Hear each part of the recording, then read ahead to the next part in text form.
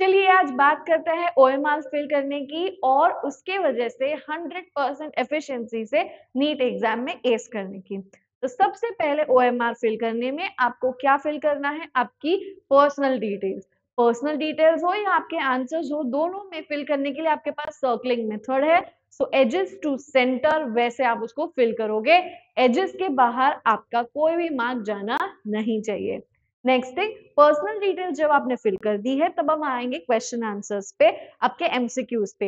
MCQs सारे मान लीजिए आपने सारे सॉल्व कर दिए, उसके बाद अगर एंडिंग में आप मार्क करने जाते हो तो बहुत हाई चांसेस है कि आपका पेपर छूट सकता है, तो ये गलती हम नहीं करेंगे।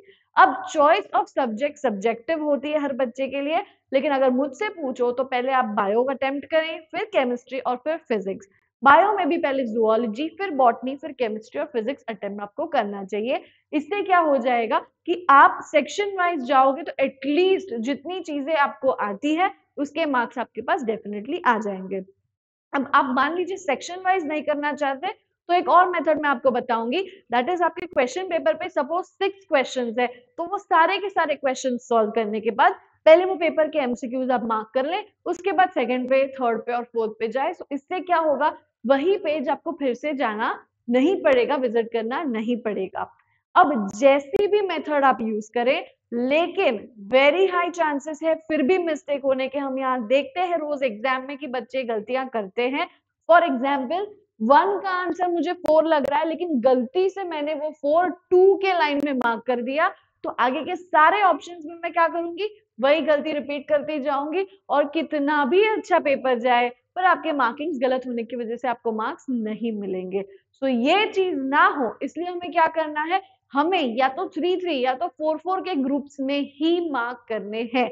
स्ट्रिक्टली वही करना, क्योंकि इसमें मिस्टेक होने की गुंजाइश बहुत ज्यादा कम हो जाती है और उसके वजह से आपका पेपर बहुत अच्छे से, आसानी से और इनफ टाइम में कंप्लीट हो जाएगा और आपके पास चेक करने का मौका भी रहेगा। एक और चीज, कोई भी चीज या आपकी पर्सनल डिटेल्स या तो आंसर जब भी आप मार्क कर रहे हैं तो डबल चेक करके मार्क करें। पेंसिल की रिक्वायरमेंट कोई भी नहीं है, पेंसिल यूज करने की जरूरत नहीं है, वहां पे आपको पेन दी जाएगी वही यूज कर लीजिए, क्योंकि अगर आप पेंसिल से मार्क करते हो तो वापस उसमें आपको पेन से मार्क करना पड़ेगा, ये वेस्ट ऑफ टाइम हो जाता है। और भी एक चीज, लास्ट एंड मोस्ट इंपॉर्टेंट, जो एमसीक्यू आपको बिल्कुल नहीं आता है उसके पीछे टाइम वेस्ट नहीं करना है, उसके वजह से जो आ रहे हैं उसके पीछे की मेहनत वेस्ट मत जाने देना। All the very best, you got this.